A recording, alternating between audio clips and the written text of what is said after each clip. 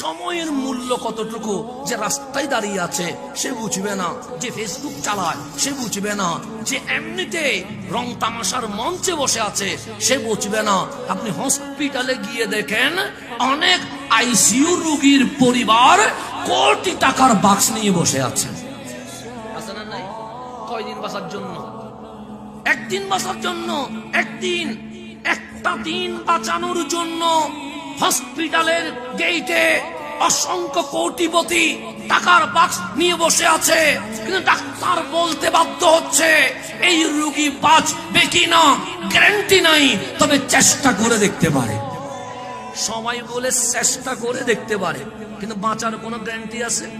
তো ক্যান্সার হলেও বাঁচতে চায়, আলসার হইলেও বাঁচতে চায়, হার্ট স্ট্রোক হইলেও বাঁচতে চায়। বাঁচতে চায় না এরকম এই জমিনে কেউ আছে? কেন আমার কাছে দুনিয়া ভালো, দুনিয়া ভালো।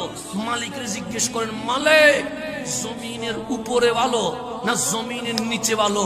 আমার মালিক বলে, যেহেতু আমি বানাইছি সুতরাং আমি বলতে পারবো কোনটা ভালো।